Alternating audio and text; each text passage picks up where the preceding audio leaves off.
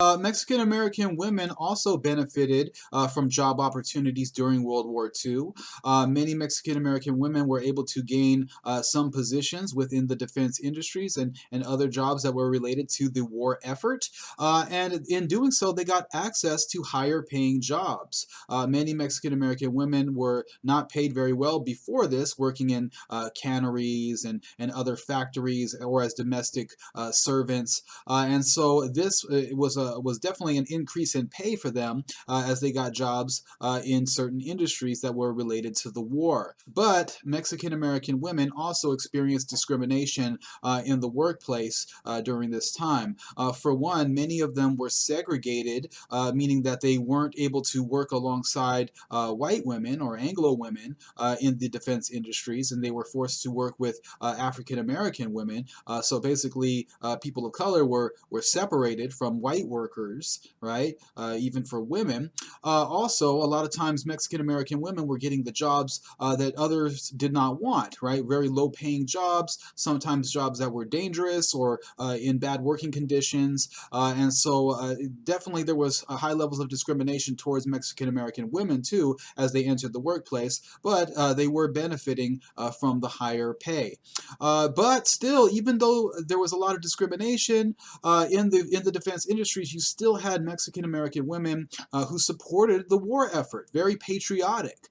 For example, you had women who were involved in cannery work, right, working at the canneries, who supported the drive to buy war bonds. War bonds are basically, if you buy a bond from the United States, it gives income to the U.S. government's income that could be used in the war effort, and in return, you would eventually be able to cash in that bond. Okay, so the United States was definitely active in selling war bonds during this time, and Mexican American women, particularly workers, helped in the drive to sell these war bonds to raise money for the U.S. government for the war effort.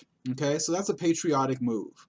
And so Mexican American women, particularly these women who worked at this cannery in Southern California, were able to raise over $20,000 worth of war bonds. Okay, people buying these war bonds from the U.S. government to help the war effort. Another way that Mexican Americans fought back against discrimination during this time was through organization, right? In our last readings, we were talking about how there was a number of different groups organizing in the labor movement, right, to fight for better pay and better working conditions. Well, you'll see more organizing taking place during this time. One example is the Spanish-speaking People's Congress. One of the individuals who helped to organize the People's Congress was a woman named Luisa Moreno. Luisa Moreno, along with others, helped to bring together a number of different labor organizations as well as civil rights groups into the Congress. The Congress had a national convention with groups coming from all over the United States in April of 1939, meeting in Los Angeles. Over 130 different Spanish-speaking organizations were present that were there to become part of this new People's Congress. And some of the issues that were supported by the People's Congress was to the fight against labor discrimination, right? So we're talking about all this labor discrimination that's happening.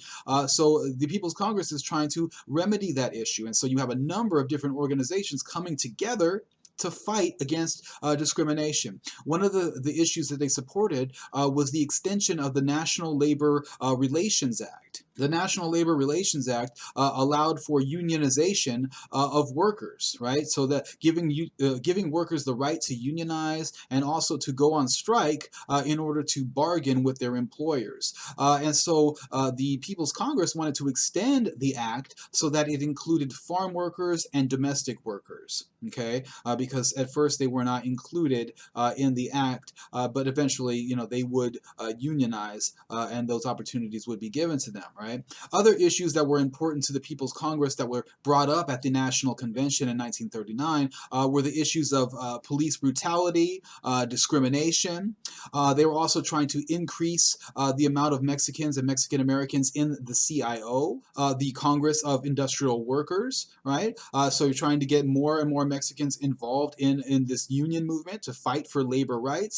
And also, the People's Congress fought for women's equality. So, of all these 130 Spanish speaking organizations, the People's Congress pushed them to start women's committees within each of their organizations, right? So that women could fight for equality, especially equality in the workplace, fighting for equal pay and equal rights and opportunities to jobs. Unfortunately, after the war, the People's Congress would suffer from accusations that it was a communist organization, through a bunch of harassment, especially in California, the People's Congress would eventually fall apart. Now,